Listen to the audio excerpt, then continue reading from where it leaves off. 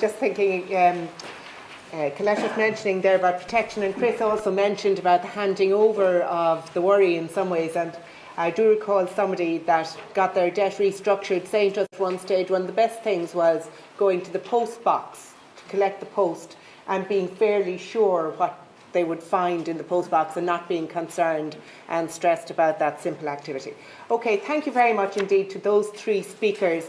After the break, Tom Murray will talk about the practitioners, the personal insolvency practitioner perspective, even if they're not regulated yet. So, and Paul Joyce will talk as well. But we have about 20 minutes or so for questions and answers now. So now's your chance. The panel will change afterwards. You won't get these three in place again so easily. I would ask that you would do what the speakers did as well, and that is confine your questions as best you can. Thanks.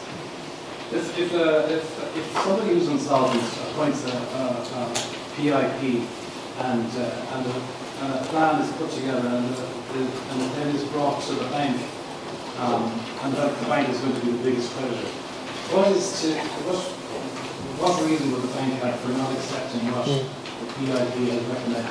Yeah. My question is very similar, and also for Lorcan. Have you spoken to the banks about what their criteria will be for personal insolvency arrangements? My primary interest would be in sort of the family home and arrangements around the family home. Have they told you we are going to accept the following types of proposals, we are going to veto the others, and don't bother coming forward to us with them because we're going to veto them? I think it would be very useful if the banks set out their criteria. This is what we will do on voluntary arrangements. There's no need for you to go near a personal insolvency arrangement. And in fact, I'm not even sure why the banks would go for personal insolvency arrangements if they could do it voluntarily anyway, unless it's to impose a solution. Okay. Thanks very much. I'm certainly supportive of instances where the banks sort it out themselves directly with the debtor, and you're absolutely right, if it can be done short of one of these new arrangements, all the better for everyone concerned. I would agree equally with your point that it would be helpful if banks set out exactly the parameters within which they would be happy to assess a proposal, because ultimately, or to begin with, the practitioner does start with a blank sheet of paper. I therefore think it's in everybody's interest that there are some guidelines there. If you look at the way that, for example, the IVA developed in the UK, there was a level of inconsistency in the approach practitioners brought to a given set of circumstances to begin with. But you then over time developed a formal protocol, and through that protocol you, with the British Bankers Association practitioners and the UK Insolvency Service, you now have pretty much what you're suggesting is needed in the UK. Now, only literally in the last few weeks, we in effect have a related protocol developed through the central bank, which does sort of say, well, in the first instance, make sure your expenditure levels are appropriate before you start thinking about anything else. After that, start looking at extending the term of your loans. So if your loan currently expires when you're age 60, before you start talking about debt write-off or other things, make sure it's extended to age 65, for example. Then maybe look at the interest rate. So I think it is useful to have that kind of waterfall or guide for practitioners. Now, I have met each of the banks, and I've also met with the IBF on several occasions, and we're have several meetings scheduled ahead as well to try and get that guidance out there. I think the fact that the protocol has already been issued in relation to the central bank pilot will help develop that further. But I think equally, I am encouraging the banks to make it known to practitioners as to what they expect. Are they agreeing with you, or are they resisting? Oh, they would agree in principle, certainly. And I suppose it's like everything else, we're trying to do this in record speed, and some things are difficult to get it. And to follow up on that then, what are the circumstances? Will the lenders or the big creditors be giving you an indication of why they might refuse an insolvency application, which I think was the first question? Why they might refuse to buy into an application? I mean, the genuine reasons for refusal would be if they felt that they were being unfairly prejudiced. And again, what can you look at as a benchmark? If you look at the corporate world, you do see instances where an examiner produces a scheme of arrangement and creditors challenge that in court. but they can only challenge it if they've got legitimate grounds. And in effect, it's the unfair prejudice. They'd be arguing that they would do better in an alternative. And are you hoping they will give you something for sort of public guidance as to what they might consider unfair prejudice? Well, I think that is ultimately the litmus test there is bankruptcy. But I think before you get even to the unfair prejudice area, it will be helpful where banks to issue broad parameters upon which they would expect practitioners to work with. Okay, thanks very much. So nothing is certain. So we have one here. I think there's an element of naivety, and I wish Lorcan very well, given that he should be tarnished the Minute of Finance and Christine Lagarde can't get through to the bank, so good luck with that, Lorcan. This is David Hall for anyone. On a serious note, the normal threat that's being given to debtors is that of bankruptcy, and there seems to be an element of uncertainty, because the elephant in the room here is fees, which everyone discussing this has sidestepped in a nice Limerick waltz, very coincidentally. So there is an element of fees here for people who are insolvent and people paying for their process. And one of the key questions is it a real threat in relation to bankruptcy?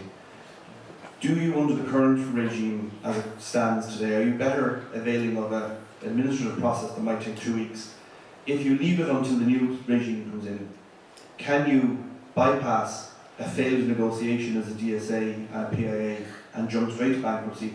Or must you have gone through the process and evidenced a failed attempt at a resolution using a PIP? Okay, thank you for that. Yeah, I'd just like to, it's the first conference I've been at where the speaker has actually put real figures behind statistics, and Lorcan spoke about the 150,000 people who are in arrears in their mortgages. And the reality is that at least 500,000 people affected by that. But I was very interested to hear Chris talking about the distress notion. And I didn't hear either of the speakers, or any of the speakers, talking about staying in the distressed area. In other words, bringing the banks to the table before we get to the stages where I like to speak to people. And I'll give you an example of what I mean very quickly, where a number of people have come off interest only. The banks, without reference to anybody or without speaking to the people, even though the people have been trying to communicate with the banks, have gone straight back to full payment. The result is that the money, even though the people have filled in a budget plan for the banks, the money isn't in the accounts. So what happens is that the direct debit for the full mortgage comes in, and effectively the bank account is sealed for 5 or 7 days every month. So the creditworthiness of the people is even more affected. It means that the direct debits just can't be paid. Yeah, that's a really bad example. You might just pass the mic just behind you there, and I'll take one more and then I'll come back. Yeah, it's just a related question to the last one on the bankruptcy. Like you said, Chris, in the bankruptcy that the principal private residence is not necessarily always sold. If that's the case, why would anyone go down the route of a personal insolvency arrangement or a debt settlement arrangement? Surely you get the process done and dusted in a short space of time, have all the debts dealt with, bar the mortgage, retain your home, rather than be spending 5 or 6 years through what most people are going through at the moment. Well, first of all, you need to consider all the consequences of bankruptcy and the stigma attached to bankruptcy. And for some people, that is almost more crushing themselves. But if you were to ask me a direct question on whether a person goes into bankruptcy should, effectively, or choose the PIA, I mean, you need to consider what their circumstances are. Sometimes their circumstances are that one person has just simply lost a job. There may be issues where they don't effectively want to fully go into bankruptcy and they want to keep their family home, or they want to keep their buy-to-let. And sometimes every situation varies. So where you're in a situation where you genuinely do not have the monies to pay the mortgage, and where there's simply no monies to come to pay the mortgage, the bank themselves may foreclose on the house. So there's no simple answer to say, just because I will say I will allow reasonable living expenses, that means they keep the home.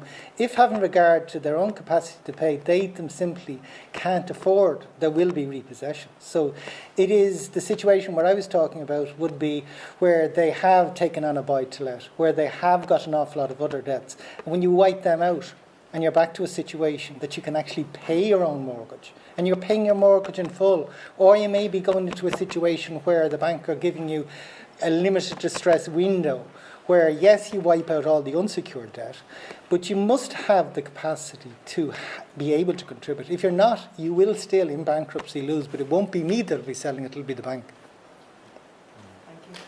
I mean, in relation to the other points around engagement with the banks and so on, the protocol that the central bank has issued will hopefully, and you're reforming bankruptcy.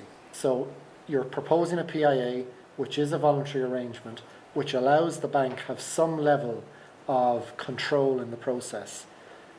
But you're also saying, if you don't cooperate, I'm going to declare myself bankrupt. Very many people wouldn't have made that threat to a bank a year ago when it was 12 years for bankruptcy. That threat is a real threat now, and I think it will concentrate the bounds of the banks. But the second one is just the pure accounting restrictions that the central bank will impose on banks by the end of the year. If they haven't offered solutions to X number of cases by the end of the year, and Y number of those cases are actually solved, they will have further provisioning requirements on their balance sheet, and they will need to put extra capital on their balance sheets, and that's not good news for the banks.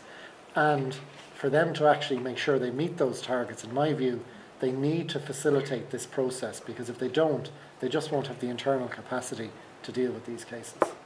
Okay, I wonder, could you talk a little bit about fees? And Yeah. one of the interesting things that you hear from both bankruptcy and from personal insolvency is you need money to go bankrupt. You need money to become insolvent to some extent. How much? €650 for bankruptcy. For bankrupt, plus the €100 for the examiner.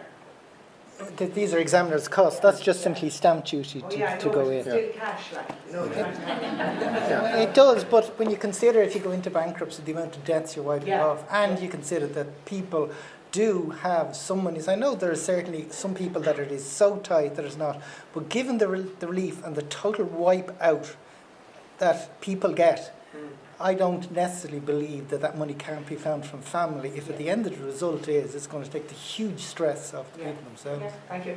But I think it was practitioners, personal insolvency practitioners' fees that we're talking Can you go about. straight past go to bankruptcy under the new regime?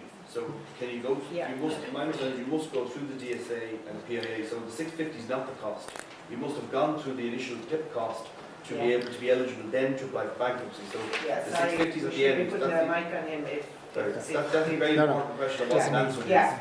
Today I can go and declare bankruptcy. Yeah. I can Okay. answer Without that. going through DSA or PIA or So in the future, you're going to need to at least Demonstration, aver or consider- say yes. that you've applied for an Yeah, insolvency. show which is evidence paid. you applied for DSA, failed, PIA failed, hire a PIP, pay for a PIP, and then bingo. Okay. Thank you. Sorry. Okay, I might Yeah. deal with that. I mean, Yeah. as to what is a failure of a DSA or a PIA, on the basis that when you're going for bankruptcy, you swear an affidavit and satisfy the judge that you have gone through those processes. In my view, the amount of costs with PIP that would be required if you have 10, 15 refusals to offers you've been making long before you ever get there, the costs of a PIP may be simply verification of the letters of refusal of offers. So I don't see that as a major problem at all. Okay, thank you. That's very helpful actually, and that's kind of new information. I Well, think it's coming in my sheets. I Great, do. yeah. Lovely. We haven't had a chance to read it yet. That's it. I taught you bedtime reading. Thank you very much. Right, we have two questions over here, Emma, if you go up on that side, then I'll come over here. It's a question for Colette in relation to the debt relief notices. When an ISI has approved an application and it's sent to the circuit court, how does the court determine whether an application for DRL is accepted or rejected? Or what factors do they or the court take into consideration? Very good. Thank you. Here. This is just to the panel. I work for Housing Authority, and I'm just wondering, have you engaged with the Department of Environment as well, as there are both mental arrears and loan arrears? Thank you. Okay, we'll take those two, and then Emma, you come back down here about halfway, please. I'll just take this third one as well. Yeah, thank you. My question is for Chris Lahan, just in relation to the bankruptcy situation. If the individual in question has a family home that the mortgage has been paid off, but has other secured debts, when the official assignee comes in, is that family home then considered a saleable asset, or is that not part of the situation? Thank you. Okay, so we might take them in reverse order. Chris, do you want? Right, okay. My job is, and this is something that equally, I think the only person that, there's an awful lot of people dealing with debtors, but an awful lot of people, I think the Dublin County Sheriff came out and said that for every debtor there's a huge number of creditors, or even creditors and debtors, you can put it whatever way you want to put it. A lot of the people who are made bankrupt with me fall because of some unpaid debt that if they had been paid, they would have got them out of the hole. I have at least 3 or 4 people who were taken out by one person because they were either an architect or they were a subcontractor and the main builder didn't pay them. So this whole debate has to be balanced, that we don't always think. So to come back to the family home, the answer is yes. If there is a valuable asset, which is a family home, that is an asset in the bankruptcy, that where there's a clear equity, and in your case 100% equity, 50% of that would be something that, and I do deal with them. In the first instance, I will ask the spouse, if it is the female, the woman, has she got the capacity to pay? And I don't have a direct right to sell the house under Section 61(4). I have to go to the bankruptcy court and get permission of the bankruptcy judge. But it is possible, and particularly if it is a property of some value, and that they could move to a smaller house, or they could be housed, because nobody has a right to have a valuable home and expect other people who may equally be at death's door, DEBTS, and not have to pay. It is a valuable asset that may or may not be sold depending on the circumstances. And in some cases, families come in. I've had situations where I've been at the door basically saying this is no mortgage on this property, and children, because don't forget, an awful lot of what our family homes are ultimately assets that children will ultimately inherit, and given that parents have subsidised them getting houses, equally if children are in a situation where they're going to inherit, they should be expected, if they're going to keep the family home. It will depend. If having regard to the value of the house, it is a small amount of money. There is a situation at the moment where you are actually asking people to make contributions, so you're not necessarily, it depends how much of the value of equity is in the house. Thank you very much for that. Colette, I might ask you about that question, the debt relief notice, and what happens when it goes to the circuit court? What's the... Well, the circuit court will receive the full application, so they'll review the eligibility criteria and the documentation that they're presented with. If they have queries on it, they may hold a hearing and they may request further information. But on the face of it, initially, certainly under Section 31, they'll review the application as it stands. And they're going to do that online as well, which is the bit I'm watching for. Watching the shredding coming out of those offices is all that. And in relation to the housing agency, we did meet with the housing agency and also the housing divisions of the Dublin local authorities, and we're due to meet sort of the remaining local authorities later this month. But I mean, it's a big new area. There's a huge number of stakeholders clearly, but they will be impacted by the PIA, or indeed by an increase in the number of bankruptcies. Okay, thank you. I have a question here. Who else? Can you put hands up if anybody else? Yeah, and back there. Just for Colette, what's the cost of the BRN, and is it subject to VAT? The approved intermediary can't actually charge a fee at all.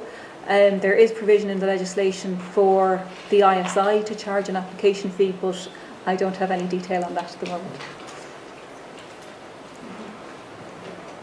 Just a question for Lorcan. In relation to the current MARP process, there is an agreed reasonable living expenses which the Institute of Bankers have used, and it's adjudicated upon in terms of the standard financial statement as to what people should be living on. The one you brought out as a benchmark, as you say, is actually less than what's allowed in that system. So you're going to have people in the market process will have a benchmark of living expenses that are higher than the one that was brought up by your office. I'm just wondering how we're going to deal with that. Okay, thank you. That's very interesting. And that's something we'll be coming back to afterwards, is the whole code of conduct on mortgage arrears. So we might touch on it then again. But just behind there as well, okay. We see that of really vulnerable people, and I'm just not clear where local authority mortgages and local authority rents fall within the process. Are they excludable debts, or are they something else? So if you owe rent to a local authority, is that the same as a mortgage? But also mortgages. Mortgages, yeah. Authorities lent and shared ownership arrangements. Yeah. Okay. Thank you very much. So we have. Yeah, in relation to the local authorities, the kind of situations you're talking about there, it's just like any other creditor, be it a mortgage provider or otherwise. From recollection, the only special treatment for local authorities is in respect of rates, where they're a potential excludable creditor and also have a preferential claim were they to be included. But in relation to rent or mortgage provision, just like any other creditor in those situations. Okay, thank you. And the question of different reasonable living expenses, I don't know, do you want to touch on it? Well, I suppose a couple of general points. One, there is now our official guidelines out there, and they're the ones that apply and were solely pulled together for the purposes of these new arrangements. Equally, there is flexibility within those. So while we've created a floor, depending on the circumstances, a practitioner can suggest higher levels, but equally bear in mind that everyone in a MARPS process isn't necessarily long-term insolvent. They don't necessarily match like with like. Okay, thank you. And can I just ask on a point of information, are they generally available, all of the banks' various calculations on reasonable living expenses? No? Yeah, they are. Oh, yeah, all transparent. It's on the website, just type in, log in. Thank you very much for that. Questions for the panel. Bearing in mind this legislation is in the making for a long time, and people are too willing to, I suppose, avail of the opportunity. Is sufficient information about the long-term consequences of being adjudicated a bankrupt being put out in the domain? As in, my concern as a FLAC volunteer would be advising people to avail of this when perhaps maybe 5 to 10 years down the line they may wish to approach a bank due to getting a mortgage, and what the consequences be in 10 years' time. And actually there's the other consequences that I wouldn't mind hearing a bit about as well, about whether we know about say exclusion from various professions or whatever. If you have any information about that, be useful. MABS, Clive, thanks very much for your input. MABS are an approved intermediary, so I'm just wondering, what's the capacity of the existing service to take on that role? Do you feel there's adequate capacity there? Are you in a position to answer that question? And also, what's the impact on other MABS clients, low-income clients who are not subject to DRM? Would the approved intermediary clients be kind of prioritised, or how does that work now? And then secondly, what's the status of energy debts, gas and electricity debts in relation to the DRM, and where energy companies are moving to either disconnect or engage? So. Thank you very much. I believe it's certainly going to be a challenge. There was approval for additional posts, but that was for 16 additional posts. We don't know what the take-up on this is going to be, so it remains to be seen what the actual impact on capacity is going to be. In relation to electricity and utility debts, they're included as a qualifying debt. The question of long-term consequences of bankruptcy, so it's credit rating and credit worthiness to an extent you were thinking about, is that right? Yeah. Yes, please, Chris. I'll deal with the bankruptcy bit. There's a central credit register going to be created by the central bank, and it is going to be, I think it is going to be franchised out, and it's going to be tendered for. So I believe that there's probably going to be more transparency on the length of period that people are on those credit ratings going forward. It's not necessarily anything that I have knowledge on, but I know that when the central bank are going to be administering the credit ratings going forward, that perhaps there'll be greater transparency on how long. But just very quickly, bankruptcy, automatic discharge, 3 years. You will be in an income payment agreement possibly for 5 years. And if you enter into an income payment agreement at the earliest possible opportunity, that means 2 years afterwards, you're gone from bankruptcy. The only thing is, bankruptcy does mean that the date that you're made a bankrupt, all the assets that you had then vests in me. They will not revest in you ever. So there is a difficulty with, we'll say, family homes, and that's situations where people may be, as if you look at England, there's processes where the spouse would try and buy me out of the negative equity interests. So we will do everything to let people who go into bankruptcy generally have fresh starts.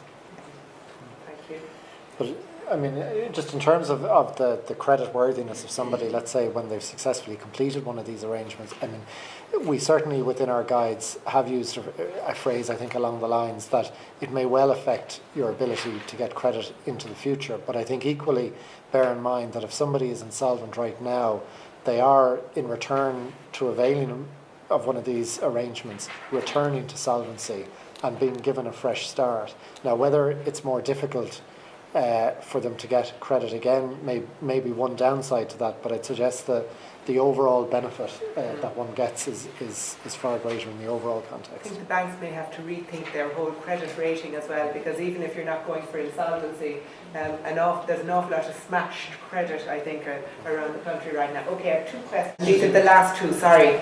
Yeah. A quick question for Lorcan, just from a macro perspective. You mentioned earlier on the total number of mortgages that are in arrears of 90 days or more. The total value of that debt is 25 billion. Fiona Muldoon of the central bank said recently that half of all SME debt, of 50 billion, so another 25 billion, is in distress. And I read recently that the total value of all unsecured debt in the country is 15 billion, which amounts to 65 billion. And the bank bailout cost is 64 billion. So, are we not heading towards another banking crisis? And if we are, how is this going to impact on the bank's ability to engage in the insolvency process?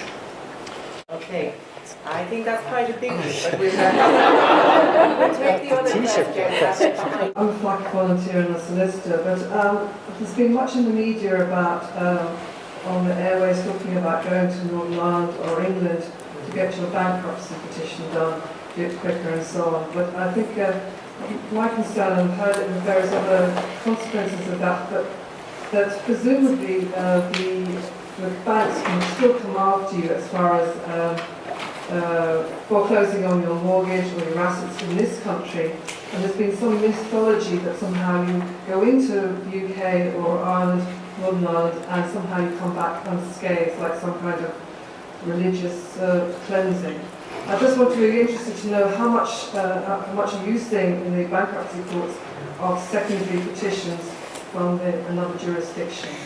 Okay, statistics on bankruptcies. I had 35 last year. How I get to hear about not secondary proceedings. I haven't had secondary proceedings, but there is another alternative way without actually instituting secondary proceedings in Ireland.